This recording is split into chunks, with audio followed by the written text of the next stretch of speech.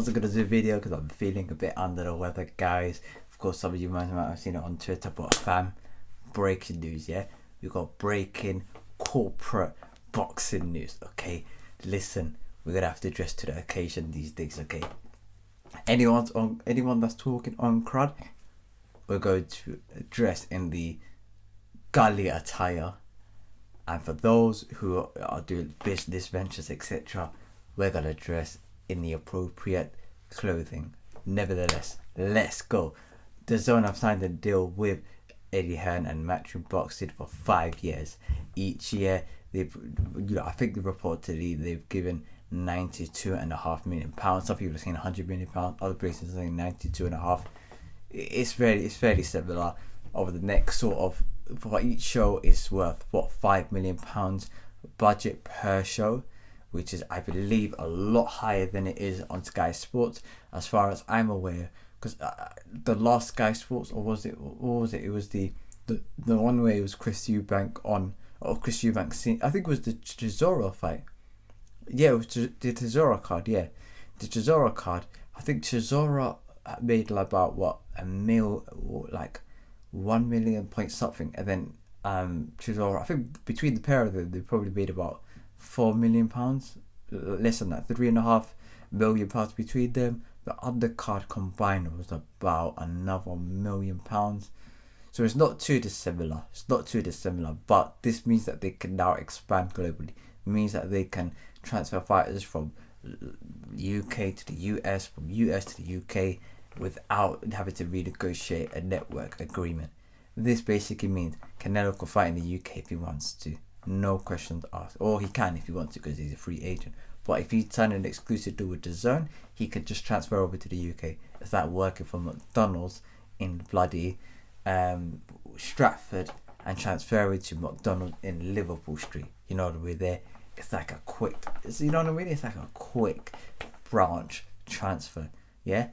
Now, of course, Eddie Hearn signed an agreement with Sky Sports for like 15 years or so. He's been with Sky Sports for a hot minute. Okay, it started off with them sharing the rights with Sky with other promoters as well. I think with Frank Warren, Mick Hennessy, and I think with another promoter as well. So it was 4 of them, and they had to split all of the shows in 1 year between the 4 of them. And it wasn't as much shows as it is nowadays. It was a lot less. So imagine a lot less shows, and each of those you have to split them in half. It was like one show. It was not even one show a month. One show would be like 6-7 weeks, and each occasionally they might have a pay-per-view fighter, but barely any of them did. They were promoting the likes of Chris Eubank Senior and Nigel Benn. David Hay was in that agreement as well. Who else? They had Audley Harrison as well. Kell Brook. Who else did they have? They had a lot of other fighters. They had not Valerie Kidjago. They had AJ, who came shortly afterwards. But during that period of time, there was a lot of fighters. Carl Froch as well, who was in and out. So yeah, then they decided to have an exclusive deal with Sky Sports for like 15 years or so. But over the best period of time, I would say, is 2018. I think 2018 was probably the best period of time, or 2017, when they were fighting, where AJ was fighting on Sky Sports box office in front of Wembley Stadium with one of the record number of pay-per-view fights of all time in his fight against Vladimir Klitschko. And I think it was like other pay-per-view stars around that time as well, which I think straight afterwards it was the Povetkin fight. Then it was, I think it was 2019 actually, it was a good year. So it was the Povetkin fight, then it was the Joseph Parker. After the Joseph Parker fight, Dillian fought Joseph Parker, Chisora fought Dillian, and it was like around that period of time they were at their best. They were at their boom, promoted fighters from the ground upwards, until it got to a point I think right before the pandemic. I think about a couple of months before the pandemic, the quality of shows have decreased, and this is when Dazn kicked into gear. Dazn kicked into gear in the US, signing an agreement with Eddie Hearn to promote them in the United States, sign deals with the likes of Michael Garcia, Golovkin, Canelo Alvarez, many different fights. They even offered Deontay Wilder for £100 million. They offered Deontay Wilder a 3-fight deal, which is just as, I think it was just as good as Canelo's deal, to be fair. And that was the Dominic Breazeale fight and 2 AJ fights, and which he declined. Surprise, surprise. This is not going to be a Deontay Wilder video, but you get the gist. They were signing a lot of fighters. They were basically moving like Real Madrid to Barcelona in their prime, signing bare people, man. The top level people was with them. Yeah, you can't be top level and be elsewhere. Okay, unless you've got an allegiance to your promoters. Cool. Then there was a whole pool of British fighters who weren't getting the promotion or recognition out there in the States. They were basically seen as lesser than, because the Sky Sports promotion team were using sort of older tactics in a new environment. There wasn't any fighter profile on these fighters. Nobody knew where they were from. Like, imagine fighters like a Josh Taylor, or fighters like, you know, the way they're like Josh Warrington, etc. A lot of people don't even know where they're from, and that's crazy. They rep their ends big time, really big time. And Eddie Hearn wanted to include Matchroom Media as well, which I don't think Sky Sports basically want to control the whole thing. And of course, DAZN offered more money. They were pissed. I think DAZN were pissed off actually. Well, not DAZN. Sorry, Sky Sports were pissed off at the quality of Matchroom shows. I remember last year, there was a show with Ted Cheeseman. Ted Cheeseman was headlining the show, and Adam Super went off one. He was like, Eddie, you can't produce these type of shows and then go over to DAZN in the US and basically give them like the goods. Yeah, we basically treating us like a sighting. Look, I'm in this suit. We're gonna talk proper English, okay? You're treating us like how do they say, a mistress, and this is how they were treating them. Very awful, very under par, and very disgraceful and distasteful. Okay, furthermore, in the UK, there weren't a lot of shows. Like the quantity of shows have been decreasing during the pandemic time. I know it was a fight camp period of time, but during the pandemic, there weren't as much shows because it's the pandemic. You know the way there. Fighters are not going to agree to a fight for less money. Okay, that's how it is. Not every fighter is going to do that, and therefore there weren't a lot of fights coming out of the pandemic. Of course, Eddie spoke to his mate, his bald-headed mate in the US called Dana White. Dana White probably told him, look, we've got a UFC production team, which even though it's on ESPN, it's basically our production. So each of the shows are to our standards, and we set a benchmark of quality control, basically enabling us to produce the crisp shows, or the crisp viewership for our fans. Yeah, and this is how we grow. Boom. Eddie Hearn decided he wants to form Matchroom Media. Sky Sports saying no, go boom, and this is where we are. Okay, Sky Sports. Eddie Hearn has agreed an agreement with DAZN. Now, what does this mean for the likes of AJ? AJ's got an exclusive deal with Sky Sports for pay-per-view show. This basically means that AJ has got one. If he's got one more fight with Sky Sports, and he's also got one more fight as well with Eddie Hearn, I'm going to speak about that as well. How could he approach this? The only thing he could do is look at options and see what's the most viable for him.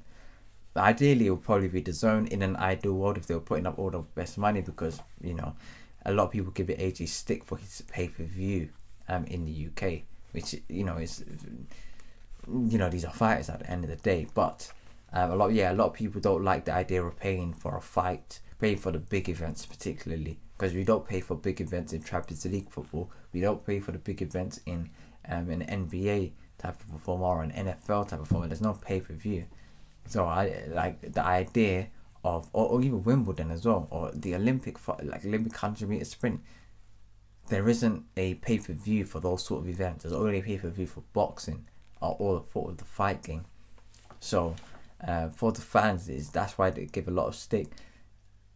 For Joshua, he should just assess the situation, see what generates the most money at that period of time, and then go with that option, irrespective of what the fans think. Ideally, it should be with Dazn, and if Dazn is paying slightly less, I would prefer to go to Dazn, because even though you reduce your earnings, you increase your credibility, you increase your popularity as well, which basically is good business long term, and that should be a great approach for the 2008 management team. Dillian Whyte also signed an exclusive deal with Sky Sports, and he also has to assess the situation. Does he want to fight on Dazn? Does he want to fight on Sky Sports? And is Dazn the pot of money is slowly decreasing. The amount of millions they were paying in the beginning, where they were viciously attacking the market. Look at these big words, fam. Yeah, see, this attire is getting to my nut. Anyway, they were vicious. They were viciously attacking the market. Okay, the growing industry in the US. Yeah, bruv. Listen, Lord and Sugar, hit me up, fam. Anyway, and the signing fees that they can get, it's going to reduce over a period of time, and it's going to basically flatline. I don't know if they're going to do a massive big pump and dump in the UK as well. If they do, great. If they don't, it is what it is. But this is a great news for Eddie Hearn. Eddie Hearn, of course, thanks them for all the years of service. And you know what's crazy? Eddie Hearn, as chairman of Matchroom Boxing, has decided to, as soon as he became chairman, a month or 2 months later, he signs with, he wants to have Matchroom Media, and then he goes to, with Dazn, an exclusive deal with Dazn. This makes me think that previously a lot of those sort of agreements or deals wasn't with Eddie, it was with Bazza behind. I wonder what Matchroom fishing Matchroom do a lot. Matchroom fishing, Matchroom they do darts as well. What are they all gonna be? Are they all gonna be on Dazn, or are they all gonna be on Sky Sports? Crazy. You know what? They're going to be the Netflix of boxing, and I can't wait. Fighters can go from UK, US simultaneously, yeah, and this is a great news for the fighters. So I'm really pleased for Eddie Hearn. He says he cited the best talent in the game. I've got a list of people he could listen. Undefeated. If it's not myself, which we're starting off, so I can understand, but it would be great. If it's not us, Undefeated podcast. Okay, look, if you guys got AK and Barack out there in the US, I'd rather have KG and Travis, bruv. Listen, I'd rather have KG and Travis than AJ and Barack here all day long. Yeah, these guys, listen, best in the game. Yeah, Ade Oladipo behind the scenes, fam, giving his intake. Spencer the Knowledge Furon, bruv, bad boy. Yeah, imagine having like a commentator like Tunde Ajayi, yeah, shouting at the TV screen saying, "Bam!" like, guy, yeah, left hook, left hand, right hand, dark, yeah, good counter punch. Oh, he's down, bruv.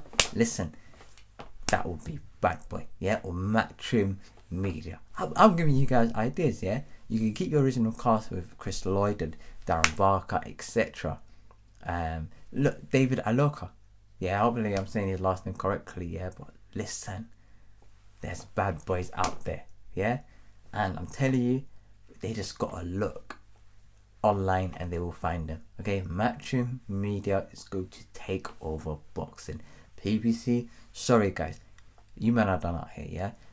You man are still charging $70-$80 pay-per-view out there in the US for your fighters. If Dazn decided to snap up bloody Andy Ruiz, Errol Spence, I think Errol Spence is in his early 30s, I believe. So if they snap up Errol Spence, who else? Andy Ruiz, Javante Tank Davis, Teofimo Lopez, they basically got full set. I don't think there's any Deontay Wilder and Tyson Fury, but Tyson Fury's got 2-3 fights left and he's got to retire. Deontay Wilder's 36, 37 years. I think, he's 36 years of age, so he's got to retire as well fairly soon. If the newer fighters all go into the zone, that's it. We've got UFC boxing, Matchroom belt. bruv, this is only the start of a new beginning. Okay, Matt Tribbett is going to take over boxing and go for world domination. Yeah, I know I sound like someone who's like a what's his name again? I'm not Fidel Castro, them man there, yeah, or bloody Stalin, yeah. I'm not one of them, man, yeah. If you guys think I don't know my history, listen, yeah, guys. If you haven't done it already as well, we're going to wrap this up. But if you haven't done it already, please click the subscribe button. We're trying to get to 1k in subscribers by the end of the year. As you can tell, I'm a bit under the weather. I'm a little bit under the weather. I was actually going to do a video, but of course this is a breaking news, and I was already in my suit, of course, coming back from work, and I decided, you know what, we might actually do this. But thank you very much, guys, for watching this video. Guys, thank you for the new subscribers as well. If you haven't done it, watch the podcast I did with Adit Oladipo. We discuss a lot of things about boxing, and that is sort of a podcast that's going to stand the test of time. When we look back at that podcast, it'll be like, fam, there's not a lot of change, but we've come a long way, and this news is a one step in the right direction. If you haven't done already, please hit the subscribe button. I said about 10 times, bro. Peace, love, and prosperity, guys. And I'm gonna catch you guys in a bit. Peace.